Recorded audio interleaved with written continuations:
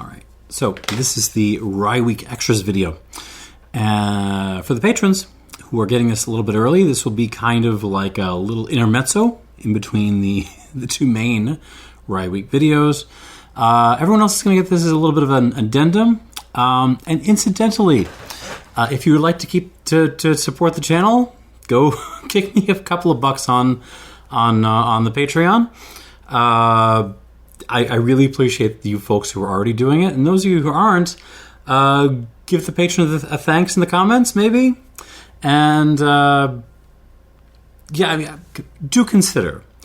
I am like a little rinky-dink spirits channel that kind of does everything, and yet you're getting like a dozen rye reviews from me this week, which is way more than the dedicated whiskey channels are doing.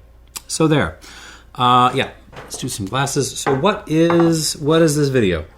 So basically, I forgot to do Old Overholt 11, which is a special release that the Jim Beam folks put out like a year or two ago.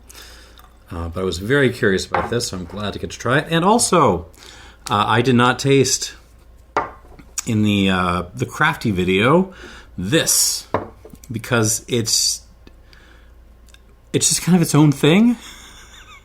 This is Wolves, and it is their rye whiskey and hop flavored whiskey bottling. What is the deal with Wolves? Well, they're from California and they're wolves. Any more questions? No, I didn't think so. So let's get this poured, and we shall talk about the details when we get there. But first, let's taste some more Overholt. I really, really enjoyed the 114 I just did. It was like for $20 I paid for it. It's just such a... You're getting so much whiskey for that money. This is considerably more expensive, but 11-year-old rye from a major distillery, it's not unreasonably priced, if I'm honest. All right, this is undisclosed mashbill. Still, we're not doing that. They're kind of attempt to redo the Pennsylvania style. This is 11 years old, 53.7% ABV. Let us nose and taste this. America. So right up front, tons and tons and tons of good old-fashioned American oak. Vanilla, like sawdust. It smells like a cooperage. If you have ever been in cooperage, and the one that comes to mind is Lopez Heredia in Rioja, has their own little mini cooperage right in the center of the winery. That is always going to be like the go-to smell for me. Yes, they use American oak because Rioja. Yeah, cooperage, a little bit of raw ginger, but nice.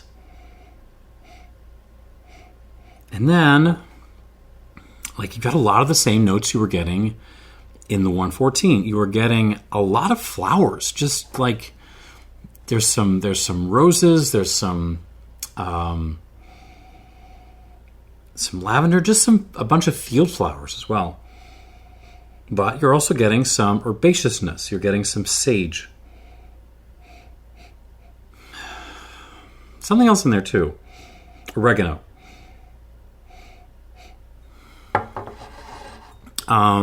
There's certainly some dried cherry in this. Sweet tea. Kind of that kind of Jim Beam nuttiness, the nutshell thing, that's in here. And some kind of grainy note. It's hard to pin down. Like imagine you had a slice of hearty rye bread and then you sort of poured overnight oatmeal on top of it. It's a little bit like that. Touch of like cigar leaf, maybe. I mean, it smells like a good older American whiskey, and I'm all on board with that. On the palate.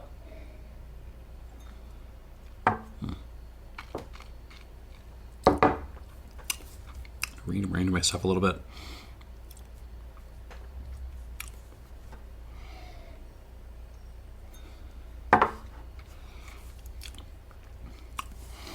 Absolutely delicious. In some ways, I'm reminded of the tumbling dice. Tumblin. I have to drop the G. The tumbling dice from the last video. It's a little bit of like an older version of that, or a better version of that. Very desserty. Coffee cake. Cherry pie. Sweet tea. Yummy American oak. Ginger, sawdust, vanilla, nutshells. That cigar leaf thing. It's got all those kind of desserty American whiskey notes. But you are also getting, kind of interwoven with that and on top of that, the florals that I was talking about. The roses, the wildflowers, a touch of lavender. The herbaceousness. There is a little bit of fennel on this. Sage, parsley or oregano. Let's say parsley and oregano. A little bit of both.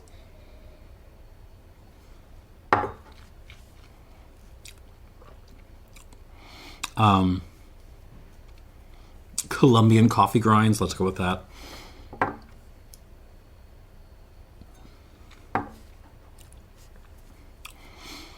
mean, in terms of mouth presence, that'd be the thing I might ding this for. To be honest, it's got complexity and it's got punch.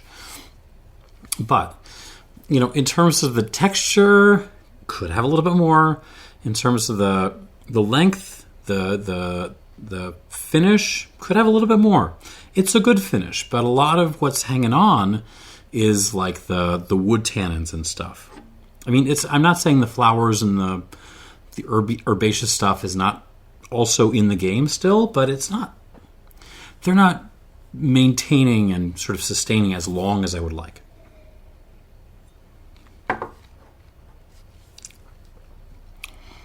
But yeah, I like this. I like this a lot. Let's give this some water, and we'll come back to it.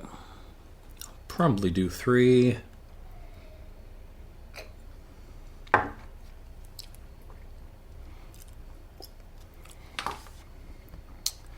All right, now yes, here we go. On to the Wolves. Rye whiskey and hop-flavored whiskey. What is this? Well, it is a blend of multiple different elements. It is a blend of 7-year-old whiskey distilled from California Pale Ale. It is another component, second component, is 9-year-old French oak matured whiskey distilled from Stout. And then there is a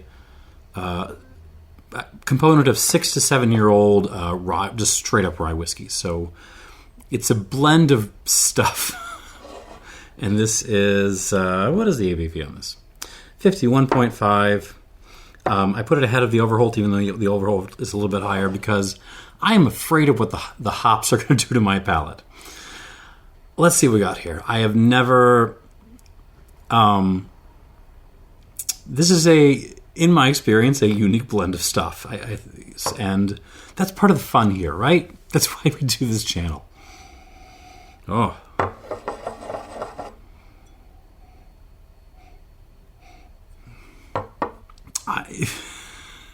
It smells like summer on the patio, honestly. It smells like citronella candles and like bug spray. In like a good way, but there's also... What the hell am I smelling? Citronella, bug spray, a little bit of the ganj, a little bit of ganja.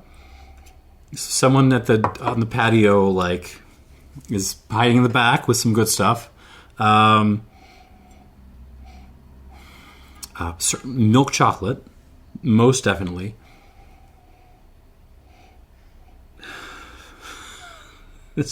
I was expecting weird, and it is not disappointing. What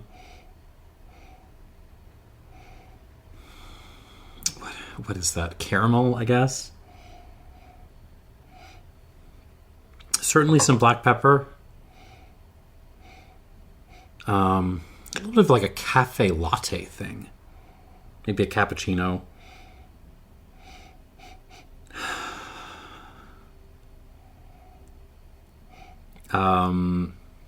Creme brulee.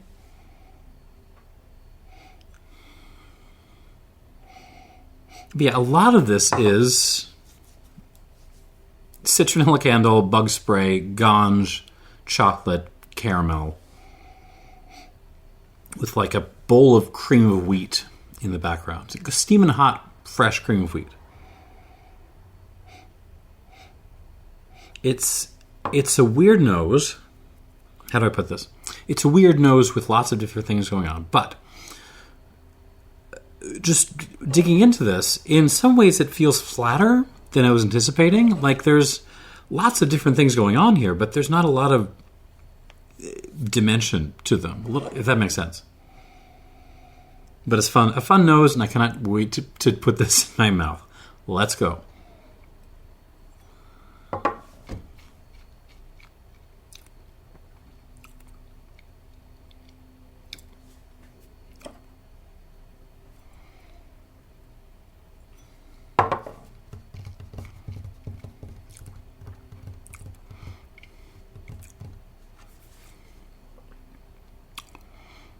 It works. It works. Very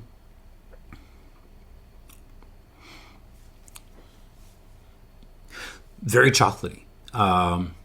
Like spicy chocolate, milk chocolate with, pepper and cumin and stuff all over it. The hops are coming through. I'm getting bug spray and ganja again.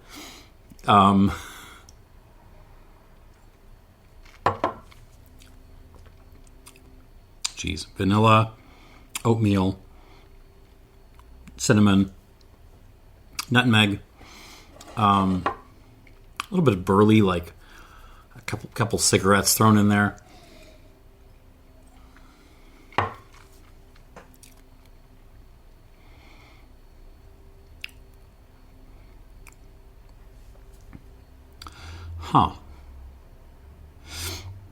Where this one is letting me down a little bit is in the texture. Like it's just the finish is actually very serious. Like this does not let go. Like you're tasting the ganja milk chocolate for a while. Oh, and there's a little bit of like a chocolate covered fig thing going on in there too. Interesting. It hangs out around for a while, and it's certainly like tickling my tonsils a little bit, but.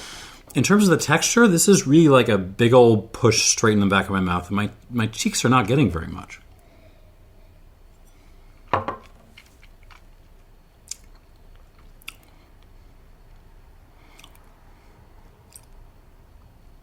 Now, it feels narrow in certain ways, but I'm having a lot of fun with it. And honestly, like if I could get a bottle of this for a decent price, I mean, it's not cheap. This is, we're in the 140, 150 range. But if I can get a bottle of this for a reasonable price, I absolutely would, because I'm enjoying drinking this. There's a little bit of a lemon, candied lemon peel thing to this as well, which it makes it it has a little bit of a thirst quenching aspect to it. It's a little bit crushable, honestly.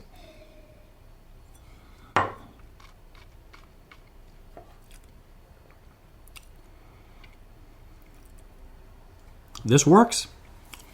Some honeycomb. Yeah. I want to see what it does with water. I particularly want to see if the texture gets better. What is the 52, right? So I might kick it a hair bit more, but not much. Interesting. So this is a fun pair because you've got, in some ways, an absolutely classic American whiskey right here in the old Overholt versus something that feels completely weird and new school, but it works.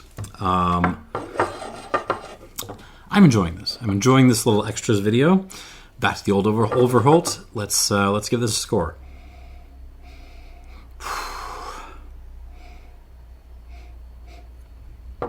On the nose, not a whole lot of change. There's a little bit of a gummy worms thing coming out. That's interesting. Yeah, we're still very much in the territory of dessert leaning American whiskey. There's a bit more of a cinnamon, like a coffee cake thing coming out now. Coffee cake that's covered in gummy worms is really kind of the new stuff happening here.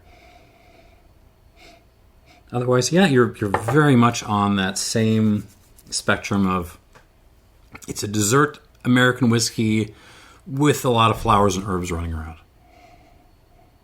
And I'm here for it. On the palate.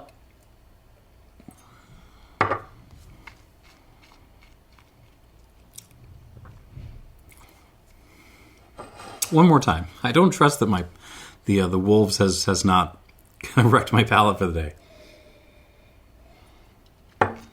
No, I've got it.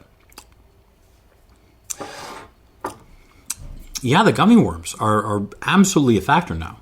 I was not tasting them before. I'm tasting them right now. So it's same kind of story as on the nose.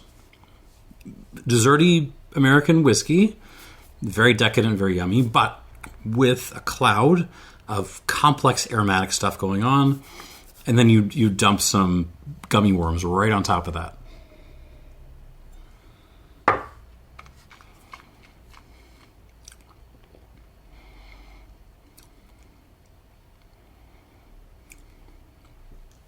I'm still not, thrilled about the mouth presence overall. It still feels a little bit lacking in texture, a little bit lacking in length, a little bit lacking in seriousness on the finish.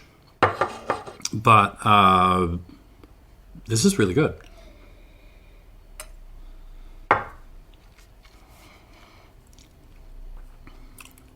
Is it better than the Jack from last time?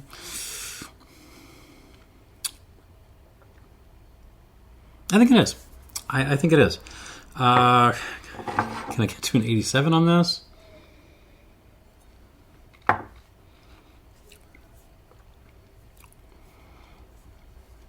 You know what?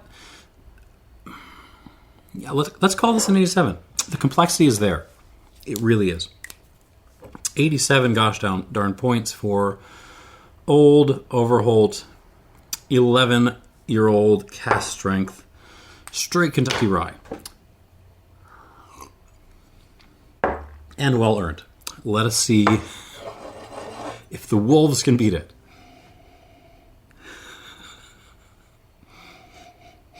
Yeah, now the chocolate is really taking over. It's like, I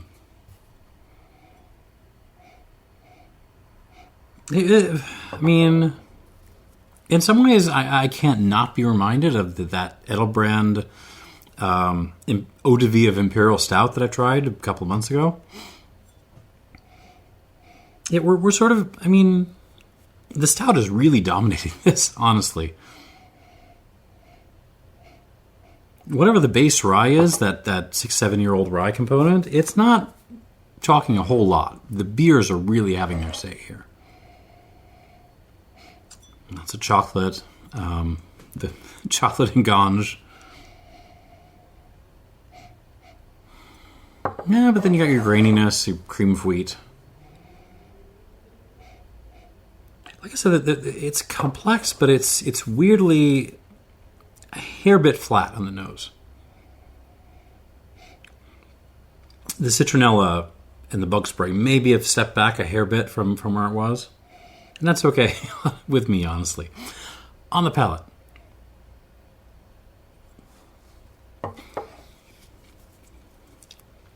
Sorry, I got a little bit of backsplash. Oh. Sorry. Oh.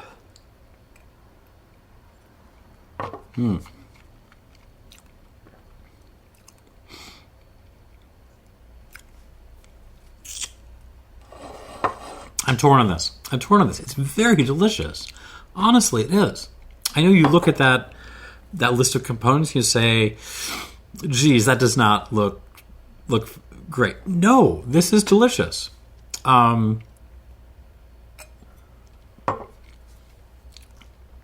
It feels a lot like I'm drinking, well, now like a 40-odd% strong, beer with a strong malty, especially roasted malt component. That's what it tastes like. And it's delicious. It's kind of got a little bit of an orange peel, lemon peel thing, which is giving it a freshness. I don't mind the ganj as it adds some color. The chocolate and the caramel, the honey stuff is lots of fun.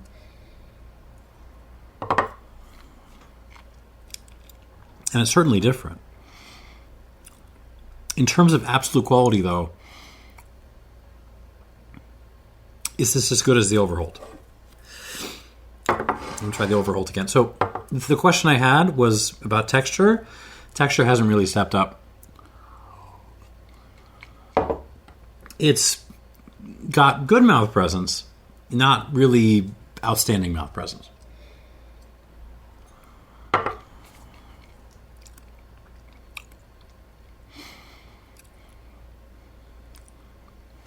The Overholt, I mean, much more conventional. What can I say? You've tasted these flavors before.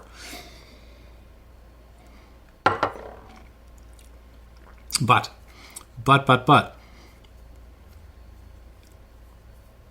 Is there maybe a hair bit more complexity? A hair bit more depth? A hair bit more mouth presence, particularly on the texture? Yeah, I think the Overholt actually wins this.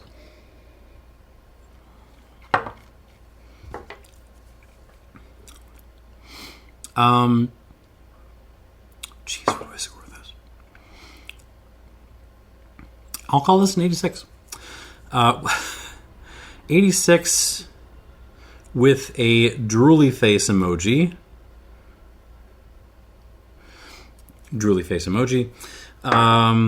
Because I feel like I need to give this some credit. It's different and it's delicious. So it is an 86 drooly face emoji out of 100. And that is the extras video. 87 for the Overholt. 11. Just a tremendous example of an American whiskey. It's not sort of breaking any barriers or anything, but it's good. And the Wolves, rye whiskey and hop flavored whiskey. 86 drooly face. A hair bit expensive for my tastes, but it's certainly good. Certainly different, and it's absolutely crushable. If you're looking for something to entertain people at your next bottle swap, this would be a great choice. Thanks for watching, and cheers. Come on, where's the button?